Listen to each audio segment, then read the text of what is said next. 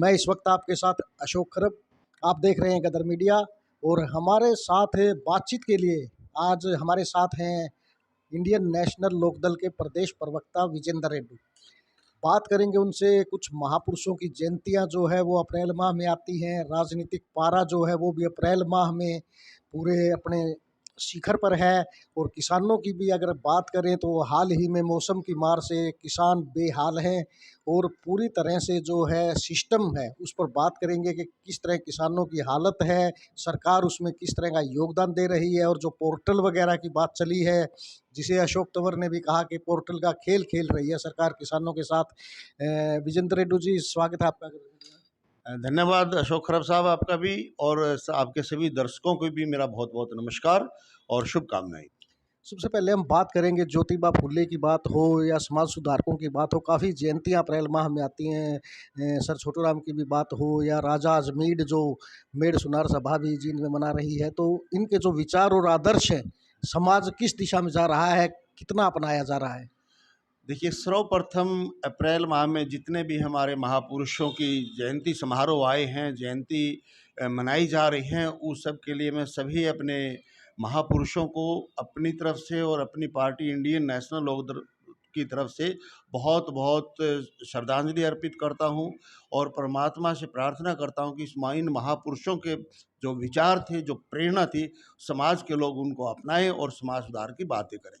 यदि मैं बात करूं महात्मा ज्योतिबा फुले जी की, वो बड़े ही एक महान समाज सुधारक हुए हैं, जिन्होंने गरीबों के उत्थान के लिए, महिलाओं के अधिकारों के लिए अनेकों लड़ाई लड़ी और समाज में सुधार के अनेकों काम किए। चाहे विवाह प्रथा थी, चाहे विधवाओं के बारे में संरक्षण की बात थी, अनेकों काम किए। इसी प्रकार से धना जाट जो हमारे महापुरुष हुए हैं, उनके कार्यों की व्याख्या की जाए, राजा अजमेर जी हैं और दीनबंधु सर छोटूराम जयंती, जिन्होंने किसानों के लिए बहुत ही सुधारक कार्य करने का काम किया, उन सब को एक बार पुनः बहुत बहुत श्रद्धांजलि अर्पित करते हुए मैं कहना चाहूँगा, मुख्य जो बात है, जिस प्रकार से महात्मा ज्योतिबा फुले ने महिलाओं के उत्थान के लिए समाज में काम किया था और वो ऐतिहासिक वर्ष 1948 में हिंदुस्तान का पहला महिला विद्यालय पुणे में स्थापित करने का काम किया था,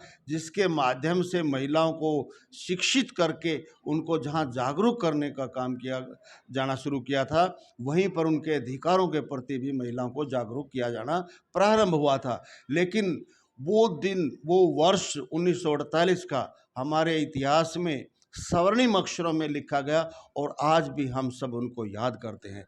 और एक हरियाणा प्रदेश सरकार की यदि मैं बात करूं, तो इसी वर्ष में हरियाणा प्रदेश ने 2022 के वर्ष में महिलाओं के जो एकल स्कूल हुआ करते थे, सेपरेट स्कूल हुआ करते थे, उनको बंद करने का काम किया है और कहीं ना कहीं महिलाओं के अधिकारों पर कुठाराघात करने का काम किया गया है। और ये वर्ष 2022 हरियाणा के इतिहास में महिलाओं के प्रति जो इन्होंने स्कूल बंद करके अपना दृष्टिकोण दिखाया है, ये भी वर्ष इतिहास में काले अक्षरों में लिखा जाएगा। और आज की सरकार को हमेशा इस काम के लिए याद किया जाएगा कि महिलाओं को शिक्षा के क्षेत्र में पीछे ले जाने का जो काम किया, तो इस सरकार ने करने का काम किया है। हाल ही में मौसम की मार से किसान जो है बहुत बेहाल है और ऊपर से जो सरकार की बेरुखी है, इस बारे में क्या कहें? हरियाणा सरकार केवल मात्र घोषणाओं की सरकार बन चुकी है। 20 मार्च को पहली बारिश हुई, सरकार ने घोषणा की कि 31 मार्च तक सबका सर्वे करवा लिया जाएगा, गिरदावरी करवा ली जाएगी। प्रकृति की मार हुई, 1 तारीख को फिर बारिश हुई, फिर सरकार ने घोषणा की कि 15 अप्रैल तक पूरी गिरदावरी करवा करके मई के महीने के आखिरी तक मुआवजे की सेटलमेंट कर दी जाएगी। लेकिन बड़े दुख के साथ कहना पड़ रहा है कि ये सरकार किसान विरोधी सरकार है और कहीं न कहीं किसानों के साथ अन्याय करने का काम करती है। आज 13 तारीख हो चुकी है, आज तक केवल मात्र 2 से 2.5 लाख एकड़ की गिरदावरी ही सुनिश्चित कर पाई है, जबकि लगभग 17 लाख एकड़ इस बारिश से प्रभावित हुई है। और जो समय दिया गया था मुख्यमंत्री और हरियाणा गवर्नमेंट के द्वारा कि 72 घंटे के अंदर अपने खराबे को अपलोड करने का काम करें।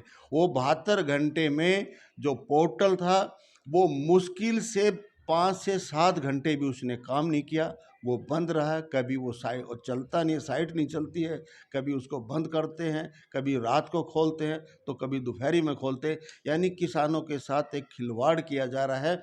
मुआवजा देने की तो दूर बात रही, उस खराबे को अपलोड करने की सुविधा भी सही तरीके से सरकार द्वारा नहीं दी जा रही है।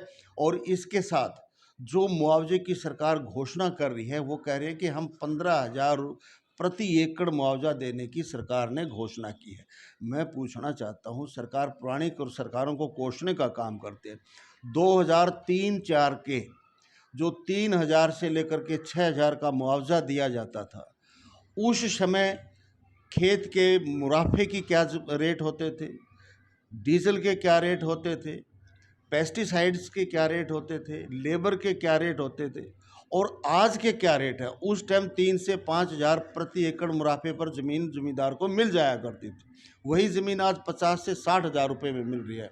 खरब साहब, आप ही बताइए कि जब 5,000 में मुनाफा पे मिलता था एक एकड़, तो 3,000 सरकार मुआवजा देती थी। आज 60,000 में मिलता है तो सरकार 15,000 क्यों दे रही है? ये तो ऊँट के मुँह में जीरे वाली बात है। 15,000 का मुआवजा बहुत ही कम है।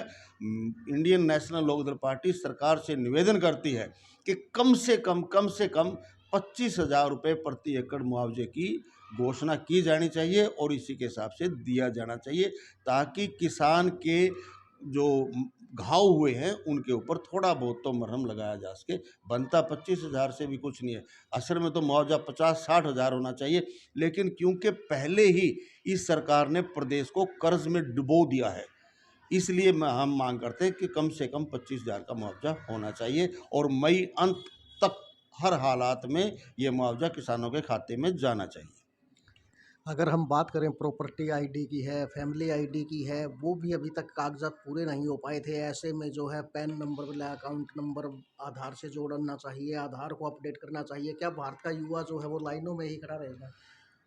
बिल्कुल, सरकार की नीयत ये है कि भारत का युवा, भारत के नागरिक ये सोच ही ना पाएँ कि सरकार क्या गलत और क्या सही कर रही है। इसलिए इनको किसी न किसी बात के ऊपर लाइनों में ही खड़ा रखने का काम करते हैं और हमेशा ये चाहते हैं कि ये विचार ही ना कर पाएँ अपनी सुख सुविधाओं के बारे में।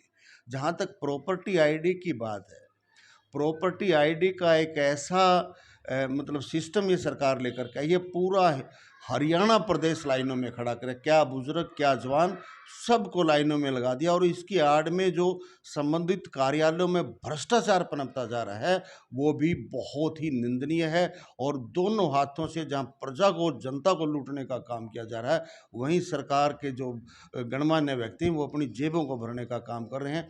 6-6 महीने से प्रॉपर्टी आईडी के लोग दफ्तरों में चक्कर काट रहे हैं, उनकी कोई सुनवाई नहीं हो रही है। तो सरकार को इसको ऊपर संज्ञान लेना चाहिए और जनता की इस समस्या को दूर करने का काम करना चाहिए। कहा जा रहा है कि राहुल गांधी की सदस्यता जो समाप्त करने की बात है, संविधान के तमाम कानूनों को दांव पर रख दिया गया। इसमें कोई संदेह नहीं। देखिए, जो राहुल गांधी की सदस्यता रद्द की गई है उसमें कहीं न कहीं लोकतंत्र का हनन हुआ है। ये बिल्कुल स्पष्ट तौर से मैं कहना चाहूँगा कि राहुल गांधी का जो बयान था कि सभी चोरों के पीछे मोदी सरनेम क्यों है, इसमें किसी समुदाय का उन्होंने अपमान नहीं किया, इसमें किसी समुदाय की भावना को ठेस पहुँचाने का काम नहीं किया। राहुल गांधी का एकमात्र भाव ये था कि चाहे वो नीरव मोदी हो, चाहे मेहुल चोकसी हो, चाहे ललित मोदी हो, तो ये सारे के सारे वास्तव में हिंदुस्तान के पैसे को लेकर के दूसरे देशों में भागे हैं। इन्होंने देश के साथ गद्दारी की है, चोरी की है, उन्हीं का नाम लेकर के उन्होंने ये कहा था। लेकिन जिस हिसाब से इनको सज़ा हुई, मैं कोर्ट के फैसले का सम्मान करते हुए ये कहना चाहूँगा कि ये फैसला सही नहीं है। इसके फैसला आने का कारण चाहे कुछ भी रहा हो, लेकिन ये सही फैसला नहीं है। इसमें कहीं ना कहीं लोगों की आवाज़ को दबाने का एक असंवैधानिक प्रयास किया गया है। एक आखिरी सवाल, इंडियन नेशनल लोकदल की अभय चौटाला के नेतृत्व में जो परिवर्तन पद यात्रा चल रही है, किस तरह का रिस्पॉन्स जो है जनता का मिल रहा है और लोग किस तरह का मतलब समर्थन कर रहे हैं? देखिए, इसका रिस्पॉन्स तो साफ दिखाई दे रहा है। जो मुख्यमंत्री बनते ही चंडीगढ़ बैठ कर के ताऊ देवीलाल के द्वारा शुरू किए गए खुले दरबार, जहां प्रशासन के साथ मुख्यमंत्री बैठ कर के लोगों की समस्याओं का मौके पर ही समाधान किया करते थे, लेकिन इस सरकार ने 2014 में चंडीगढ़ जाते ही उस प्रचलन को बंद करके खुले दरबारों की जगह विंडो बनाने का काम किया, और विंडो के अंदर भी ऐसे गत्ते लगा दिए ताकि शिकायत करने वाले का चेहरा ना दिखाई दे, केवल हाथ ही हाथ अंदर जाए। और लाइव चुनाव के आखिरी वर्ष में ऐसी क्या मजबूरी हुई कि खुद मुख्यमंत्री जनसंवाद के लिए मैदान में उतरा है। ये हमारी जो परिवर्तन पद यात्रा है उसी का प्रभाव है कि सरकार भयभीत हो चुकी है कि आज इंडियन नेशनल लोकदल पार्टी का प्रदेश में माहौल लगातार बनना शुरू हो चुका है और 2024 में सरकार बनाने चाह रही है। तो अपनी खोई हुई ज़मीन को लेकर के आज सरकार बहुत ज़्यादा चिंतित है और इस यात्रा से बहुत ज़्यादा भयभीत है, क्योंकि सरकार को अब ये महसूस हो चुका है कि 2024 में इंडियन नेशनल लोकदल पार्टी की सरकार बनेगी हरियाणा प्रदेश में। इंडियन नेशनल लोकदल के प्रदेश प्रवक्ता विजेंद्र रेड्डी ने गदर मीडिया के प्लेटफॉर्म पर खुलकर अपने विचार रखे। बने रहिए हमारे साथ, हम मिलवाते रहेंगे आपको ऐसी ही तमाम हस्तियों से। जय हिंद।